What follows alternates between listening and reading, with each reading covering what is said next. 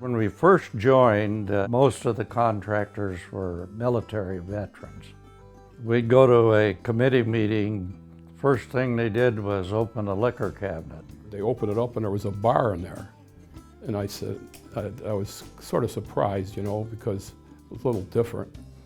And it didn't make any difference whether it was 8 o'clock in the morning or 5 o'clock in the afternoon. Carl said, well, that's for attitude adjustment. And those were kind of wild days, I'd say. So we did kind of wonder what kind of an outfit we got into. But that, of course, all changed when Clark Street came in. He kept the liquor cabinet locked up. You can't do something like this without mentioning Clark Street. Clark Street was the man who molded the fabric of the OCA, who brought people together for a purpose, both on a social situation as well as a business aspect. I'm indebted to Clark Street for the impact he's had on my family and my life. We were very personal friends throughout the years, and we just really did a lot of stuff together socially and outside of OCA. And he's a great role model for anybody. Clark is like the salt of the earth. We worked with Clark Street for so long, and he was such a father figure to all of us running the OCA. It was kind of traumatic to see him step down and retire. But we couldn't be more fortunate than to have Chris step into those shoes. And Chris has done an extraordinary job of leading our group and running the office here and managing the staff. Chris Runyon has done a tremendous job of transitioning from a very dominant figurehead in Clark Street that was the leader of OCA for many, many years.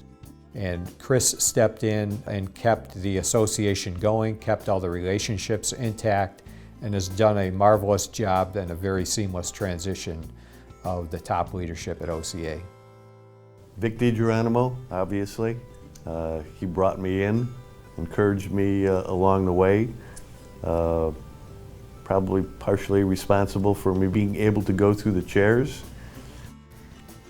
Obviously my dad, who got me involved at a very early age, so I owe a lot to him, and starting the Constructor for a Day program with him was we're going on our 33rd year this year, I believe, and very proud of that, proud to help him do that.